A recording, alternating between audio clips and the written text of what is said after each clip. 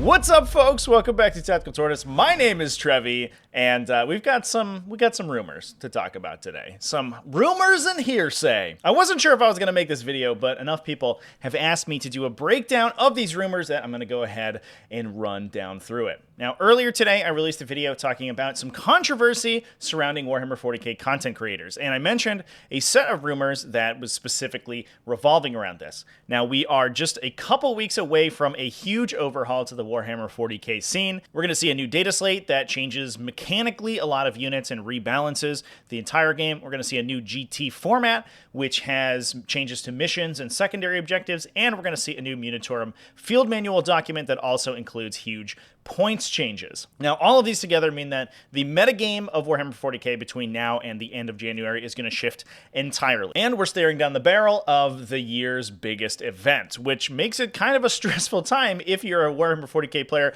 who's hoping to be competitive at Las Vegas Open 2023, which is the end event of the ITC season, because we don't know what the final metagame or format is going to look like. Now, these rumors are specifically revolving around the data slate and Munitorum field manual changes. We have very little information about the new GT packet. There's a couple reasons that I didn't really want to make this video, and the first one is that obviously we don't have really any confirmation on the veracity of these rumors. In addition, because we don't know the full scope of changes, because we don't have the new GT packet, we can't really conceptualize these in context, especially with how transformative it looks like the Arks of Omen GT pack is going to be, with huge changes to force organization charts, how armies are made, and things like that. Points values, the value of specific units, and which units are actually viable in the new format is entirely unknown. So talking about specific changes is pretty hard. So take this with a heaping grain of salt. Personally, I don't really believe a lot of these rumor changes are actually correct. A lot of them are a huge change in design philosophy from where the 40k design team was just a couple months ago. That would absolutely shock me if they had just 180'd entirely. And they seem, maybe too transformative, maybe too big of a shakeup for a competitive scene that was looking pretty good. We were in a pretty stable position. There were a couple factions that are too strong. Those needed to get nerfs. The bottom needs to get brought up again a little bit. We were kind of straying from where we were about 6 months ago, where I think things were in a very good spot. Address maybe secondary objective problems. I think the game's in a really balanced spot. This seems like entirely too heavy-handed, if it's correct. Anyway, let's talk about the exact changes. I'm going to stop adding caveats here. Now, the first one, and probably the most important one, is a dramatic change for the game as a whole, and specifically flyer battlefield role, or aircraft, I guess. This would be a change that requires that aircraft begin the game in strategic reserve. While a lot of people have kind of decried this as aircraft being entirely made obsolete by this change, I actually think it is wonderful. If I remember correctly, ages ago on a live stream, we answered the question of how to fix aircraft, and that was the solution that we came with, was starting them in strategic reserve. It removes the problem that aircraft have of typically being too strong of an alpha strike, but kind of susceptible to a beta strike. The response to that would be to always strategic reserve them in matchups where your opponent can shoot them, but obviously that gives you the opportunity to alpha strike other matchups and sort of operate these aircraft entirely scot-free. And I think forcing them into strategic reserve means that you can use their maneuverability later in the game. With free strategic reserves, which I did mention in the Arks of Omen video when that rule was originally previewed, that was going to be a big buff for aircraft. It makes a lot of sense rationalizing it if that buff comes in the context of aircrafts also requiring to be in strategic reserves. So not only do you get it for free, but you have to do it. That, I think, is fine. I think the matchups where your opponent can kill aircraft immediately, which are bad matchups for aircraft, you would be reserving them anyway. The other matchups, I think they were too abusable, and I think this is a pretty good fix. The other big change is to a game-wide special ability that we've been sort of becoming very used to over the last couple months, that being Armour of Contempt. Armour of Contempt, according to the rumors, is being entirely removed from the game. Nobody has it anymore. Not even normal Space Marines, not Adeptus Sororitas. Fortunately, not Astra Militarum. That's interesting. It's an interesting direction to go in. I do think Armour of Contempt was a pretty big buff to vanilla Space Marines, but they are getting additional abilities to compensate for that loss. The problem with Armour of Contempt is that because it affected specific keywords, not specific data sheets, it kept getting applied to units that weren't really supposed to have it. Armies that came out post the AOC change, like Heretic Astartes, I think got an additional benefit over what they were originally balanced with from Armour of Contempt. This removes that problem, and it removes any sort of stacking issues with Armour of Contempt and other abilities like All is Dust, or even just being in light cover, where those become problematic. Obviously, this is sad for Marine players, but according to alleged playtesters who have looked at these rules, Space Marines are going to move, in fact, to one of the most powerful factions of the game. So don't throw in the towel quite yet. Now, speaking of Space Marines, we'll go through some faction-specific changes. I think the most impactful one being to Harlequins. According to the rumors, Harlequins move from a 4+ invulnerable save to a 5+ invulnerable save faction-wide. This is where you start to lose me. I do think Harlequins do sort of need looking at, but I don't think that there is any universe where Harlequins are so powerful that you need to reduce the defensive stat line of every model in the faction dramatically. Now, if you did this to infantry or only troop squads or something like that, I would understand it, but also hitting vehicles and hitting bikers and things that are very reliant on their 4+ invulnerable save, makes me sort of doubt these leaks a little bit. The reason that this is so impactful specifically for Harlequins is that Harlequins rely on their saving throws a little bit more than other factions. Not only do they not have an armor save to fall back on, which means they also don't benefit from things like light cover, really, but they also get so many floating rerolls, or, I mean, less since the last Dataslate update, but they get a reasonable number of floating rerolls over the course of the game in order to protect themselves by rerolling their saving throws. That means that rerolling a 4+ invulnerable save gives you a pretty decent chance to succeed it. Rerolling a 5+ invulnerable save, however, is significantly worse, especially since you'll probably need to reroll more saves to begin with in order to survive, because you're going to be failing more saves overall. So that would be a huge impactful change, and I think it would be an enormous blow to the competitive viability of Harlequins. At least Harlequins proper and potentially traveling player troops that are relying on Starweavers to keep them alive. Having Harlequin troops and stuff like that as hammer units in Ynnari lists and things doesn't really feel quite as impacted, because those typically play relatively conservatively early game and don't rely on their saves quite as much. But Harlequins as a pure faction losing that save, pip of save on all of their Weaver units feels entirely too much. Adepta Sororitas are rumored to get a couple of nerfs in addition to losing Armour of Contempt. They're getting some changes to secondaries in the GT packet, a slight points increase to Retributors, Zephyrum, and Repentia. I don't think that's not too surprising, as well as a couple nerfs to characters. Adeptus Custodes have been rumored to both be getting objective secured back on some units and not on other units. It's very confusing. The most recent leak that I have seen has said that Adeptus Custodes are gaining objective secured on their Terminator units back. Now, I imagine that this is just the Terminator units. I don't think that this also encompasses Terminator characters, but again, I have no idea. Working off hearsay right now. Adeptus Mechanicus are getting a couple of quality of life changes. Cataphrons, those being breachers and destroyers, are getting the core keyword, something that it's a little confusing that they haven't had already, but there you go. They're also getting major points decreases on a lot of units. I did see a potential for a 1-point decrease on a lot of their troops options. It does sound like the Skitarii veteran cohort is going to be rotating out of legality, so I think that their Army of Renown is going to be going away, but that does mean that you're going to be paying overall much less for your infantry, and the non-infantry are going down a lot of points. So they're going to be getting between 10 and 20% discounts across the majority of the faction, especially their vehicles. Now let's move on to the Space Marine factions. This is probably obviously the biggest change outside of that Harlequin change and some Xenos factions that we're going to be talking later. Obviously, Marines have lost access to their Armor of Contempt, but are gaining a new special ability specifically for Codex Marines. This gives them the ability to lock in objectives, as you see in missions like Death and Zeal and Data Scry Salvage and the GT pack, where if you hold an objective for an entire battle round, then it locks and you no longer need to stand on that objective to hold it. Now, obviously, it would flip back if your opponent then comes in to take it. The exact timing of that, we don't know.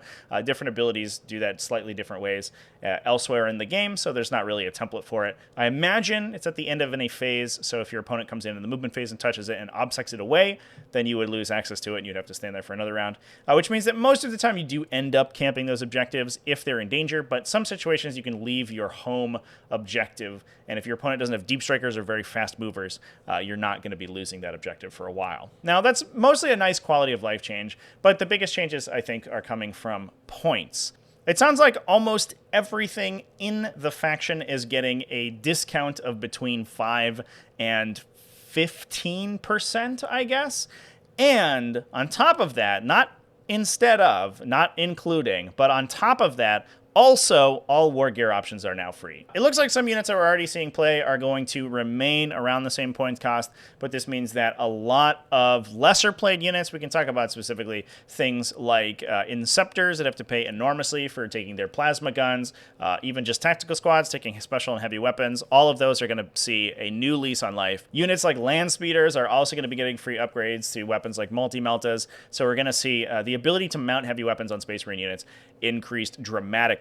And again, that is on top of basically army-wide points reduction. So not only is your army going to drop between 200 to 300 points just based on the cost of your base data sheets, but also you're going to be losing all the points you spend on weaponry, which sounds like a lot. A lot of Space Marine armies are going to be dropping probably 400 to 500 points. Now, obviously, your army's going to be a lot squishier without the access to Armor of Contempt, but that means you can go back to relying on Storm Shields, which, again, are now allegedly free of charge. So, seems real strong. That's most of the changes to Space Marines, mostly just massive points decreases as well as that new special ability, but in a new universe where other armies are less powerful, Marines are slightly more powerful and are dramatically more numerically superior.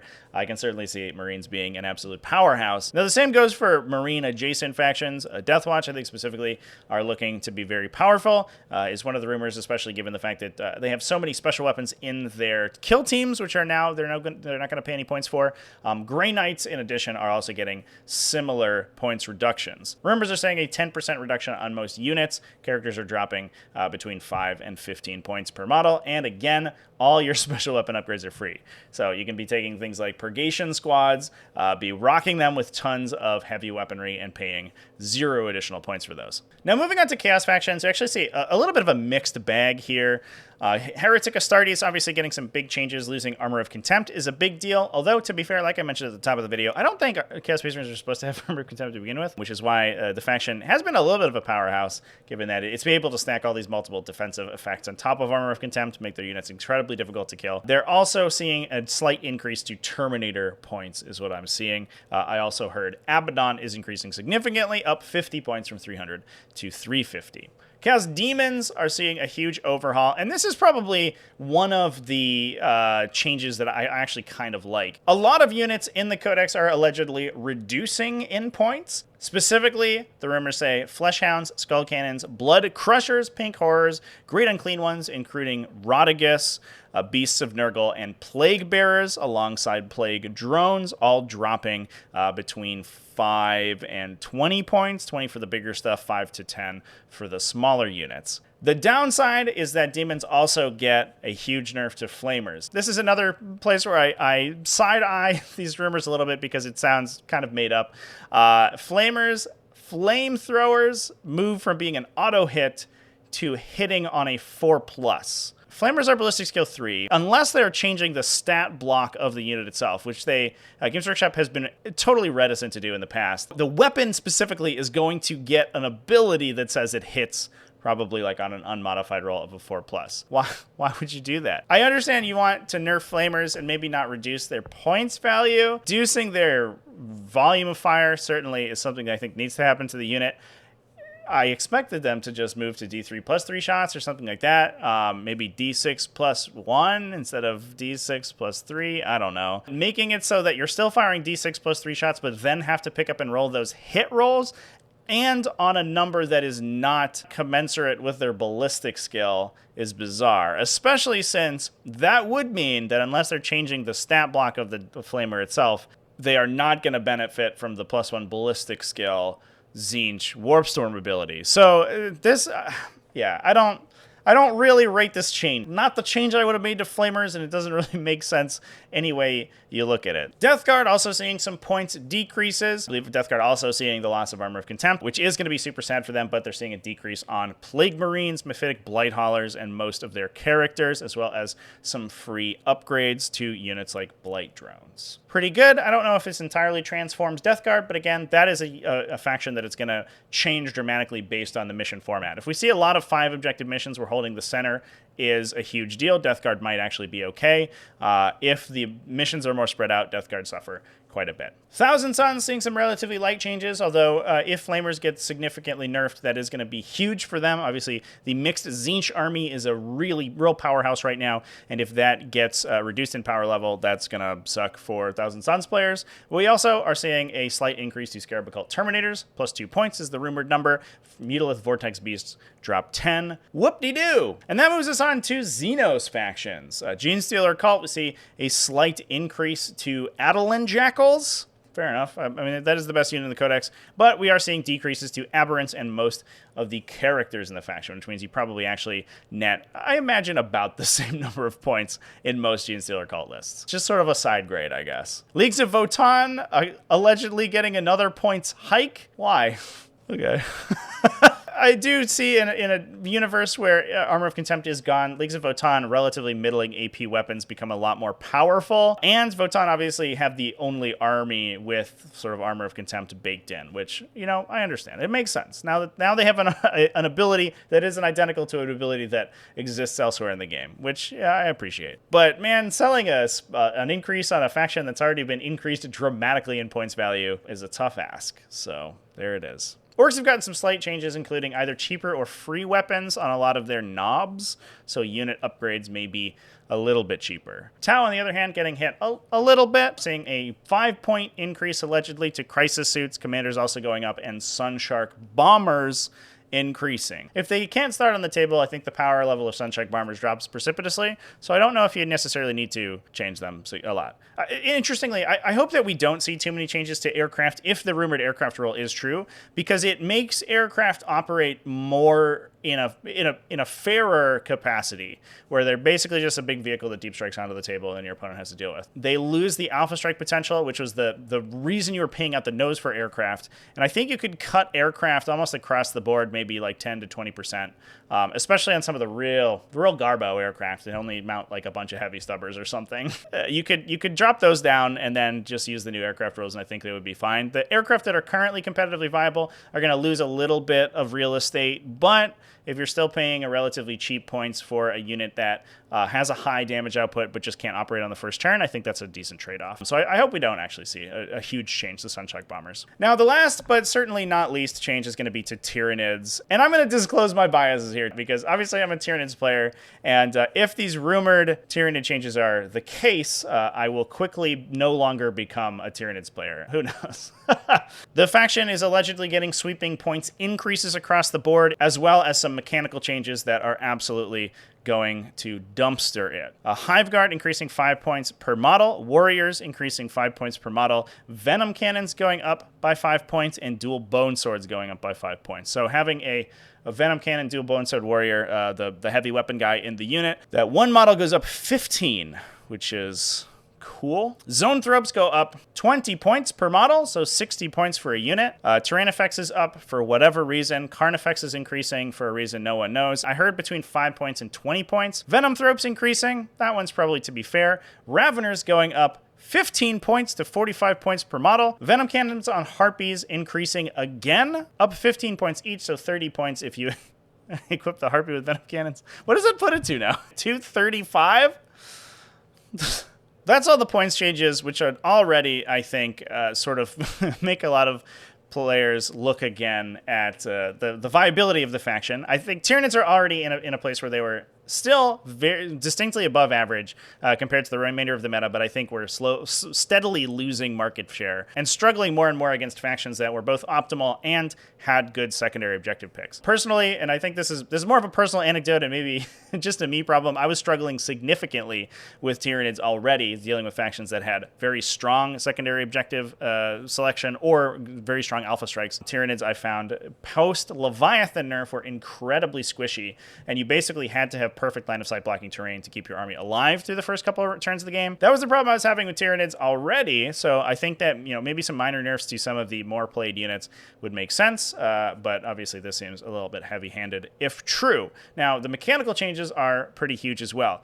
Spore Mines lost their immunity to reinforcement points, meaning that creating Spore Mines with Biovores, Spore Assists, or Harpies would then cost you points, and I believe the cost of 10 points per model, which is ludicrous, out of your reinforcement point pool, so you'd have to play points down in order to then bring Biovores to spawn Spore Mines. The last change, which I think is the nail in the coffin for the old buggy boys, Overrun becomes usable only on core units. So that Flyrant going up 20 points less useful now that the Flyrant no longer sees play. Good stuff. Now, again, we lack both content and confirmation of these changes, so I'm not going to doom and gloom too much about this. We also could be in a situation where the mission format changes so significantly that different varieties of Tyranid armies are, in fact, incredibly powerful. Not only could this entirely not be accurate, but also it could just be in a format that it's okay that the point changes are there for. I don't know. Anyway, that's all the changes that we have rumored right now. I don't have much else to say in this video besides, man, drink some water to offset those enormous spoonfuls of salt you should be taking as we're talking about these rumored updates. We're going to see the embargo lift on the new GT packet in about 10 days, I think. It lifts at the end of next week. So hold on to your horses for that. It's going to be an exciting time. The alleged release date of the new GT packet and hopefully the points change document and Dataslate document as well is going to be January 15th, the weekend of January 15th. So that's going to be a really big weekend and an exciting one for the future of 40k for the next 6 months or so. I'm actually pretty excited about the Arks of Omen format as a whole. Less excited about the proposed changes. I do think that, and another one of the reasons that I think that these might be a little bit overblown is that we have been in a pretty decent spot in the meta so far, and Games Workshop has, and all the previous data slates, had a very light touch, which I think has actually been very beneficial to not only stabilizing the meta, but also balancing it in not a transformative way, and I think that these, if true, are a little bit too far. Anyway, that's it for me today. Thanks everyone for watching all the way to the end of the video. Big thanks to everyone who supports the channel either over on Patreon at patreon.com/tacticaltortoise, YouTube channel members, Twitch subscribers, all you people are great. I love you. Remember to keep it classy, folks, and happy wargaming.